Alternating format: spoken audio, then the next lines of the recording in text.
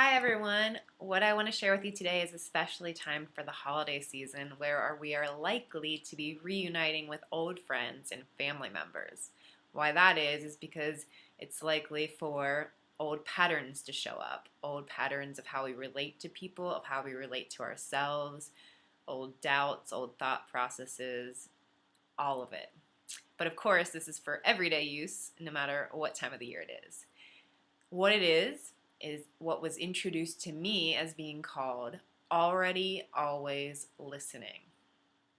So think about that. Already always listening.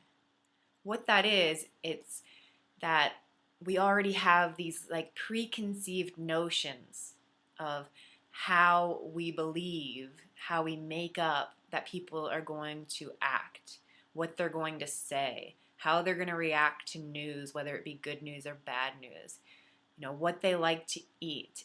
Every last bit of people.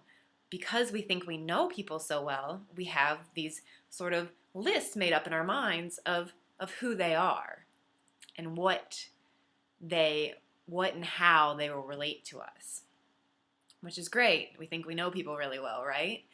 But oftentimes we're not creating any space for love to be present there. We're not creating any space for that relationship and for that person to change or for even a possibility of change to happen.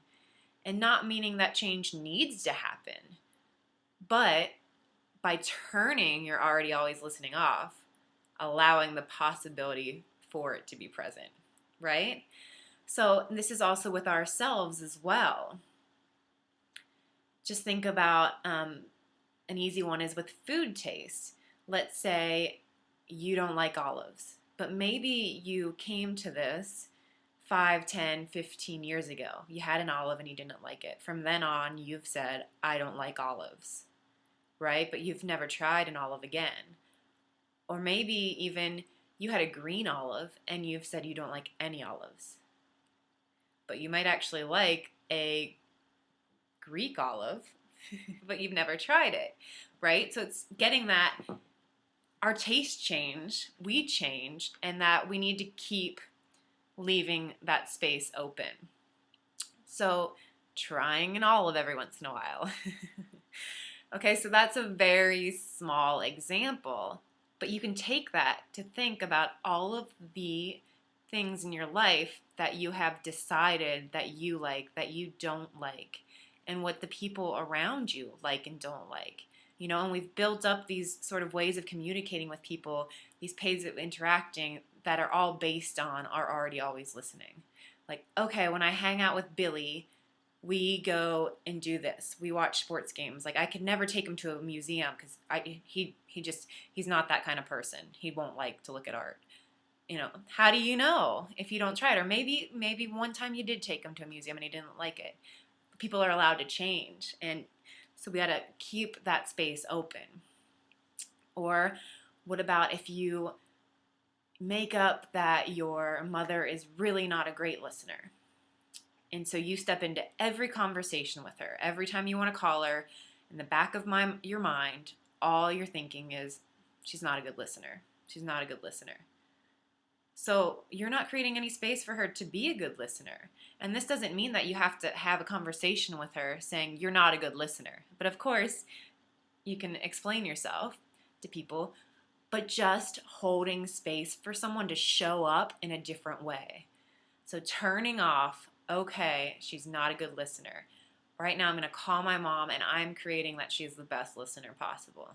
And who knows, it might shock you. She might show up to be a great listener.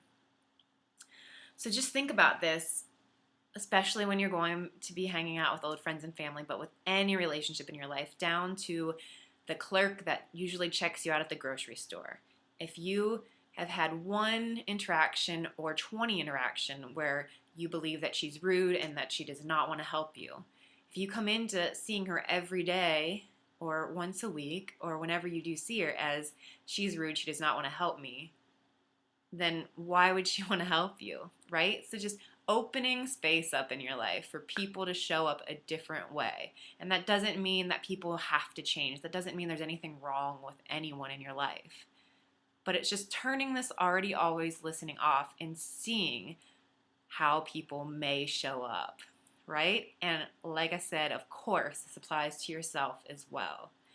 Turn off what you believe is you're already always listening to yourself. Ask yourself questions again and again and again. And it's okay for you to change your mind. You might like olives, you might not like olives. That doesn't mean anything. What I'm inviting you to do is to search, to open up space, to allow transformation to happen in the smallest of ways, because the smallest of ways are really the big ways. Okay? Sending you lots of love and holding space for all of it and whatever's coming up for you.